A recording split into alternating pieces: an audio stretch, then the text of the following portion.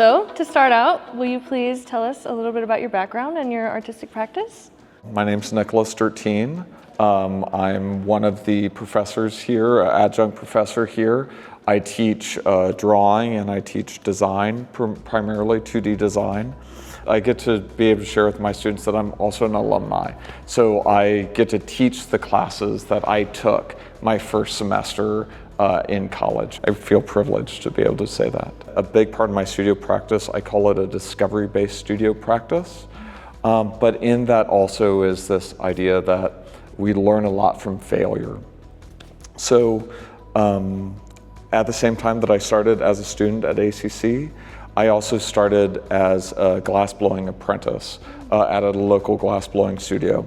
And on average, it takes a couple years before you can have confidence, certainty, that the piece you start will be able to survive the process, right? So that need to continue to work and learn from mistakes and find discoveries along the way is a big part of that process. Would you introduce us to the works that you have in the show? The photograms that are behind us are actually made from the glass pieces resting on the photo paper in the darkroom. Additionally, the large drawing, which is titled How to Blow Glass Lungs, is a part of a larger drawing series that was a little bit of an endurance project for myself, where I had challenged myself to complete a large drawing at this scale of my own body each day I was in my studio. This particular drawing connects to the asthma pieces as both a sense of this is an experience and trying to show a body in that moment, but then also it is instructions on how to blow the glass lungs that I developed for some of these other series, layered in those drawings. A lot of this work has to deal with phenomenology, which is the study of how you perceive phenomenon or the world around us. I get to be an artist and say, this is a visualization of a sensation, and I am trying to convey that sensation to someone else. But that's an uncertain process.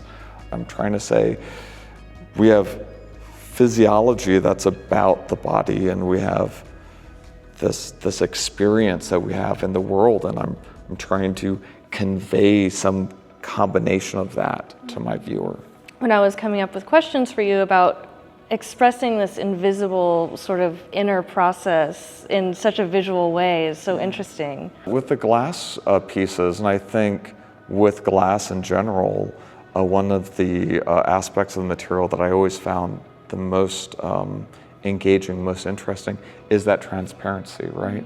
And so we can see through it and we can place things inside, and we can build on what's on the interior and what's on the exterior, and we can build what's on the exterior of the body and think about what's on the interior and show both of those through that transparency. I actually induced an asthma attack on myself, and the drawings that I produced from that, in a way, those could be work that I have hanging on the walls also. Those drawings, sketches, would be just as finished work as made the glass pieces, but I took those sketches and I made glass work, and the glass work was and it is engaging, and it was engaging for it's particularly my viewers at the time when I first made these, but they were engaging them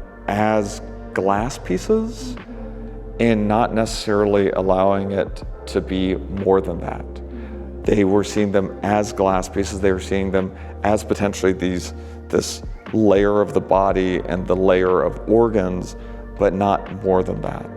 And so looking at ways to show more than just the glass object, in a weird way, going from drawing, sketch, to three-dimensional object, but then taking the three-dimensional object and then making images of them again in the dark room allowed me to connect to X-ray.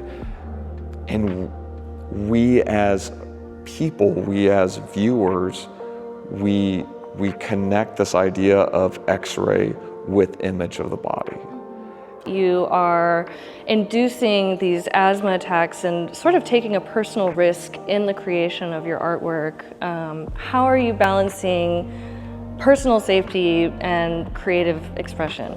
Yeah, like that's an inherently dumb thing to do, right? It's an inherently dumb thing to do. And I have to say, like at the time, I probably wasn't as safe as I should have been. And now I'm a parent, and now I'm married and have kids and have a job, and there's other responsibilities. I think there's ways to talk about endurance, talk about physical sensation without putting myself, yourself, people in danger. But also for me at that moment, I wanted it to be as sincere as possible. I didn't want to go, what did this feel like 5 years ago? I didn't want to say, this is based on a verbal description that someone else gave me. I wanted to say, I experienced this at the moment, and this experience is translated into glass, and I am trying to share that experience with you as sincerely, as earnestly as possible. Phenomenology says the way you experience the world cannot be transmitted to me. Phenomenology says that's impossible. And I want to thumb my nose at that. I want to say, I'm an artist and I get to try anyhow. I get to try sincerely and say, this is how this sensation feels. You feel it too.